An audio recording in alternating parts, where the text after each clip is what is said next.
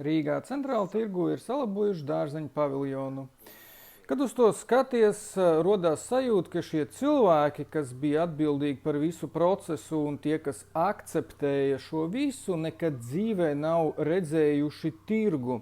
Tie nav bijuši iepriekšējā dārzeņu paviljonā, tie nekad nav apmeklējuši nevienu tirgu arī ārzemēs. Tie vienkārši nezin, kā tiek tirgoti dārzeņi.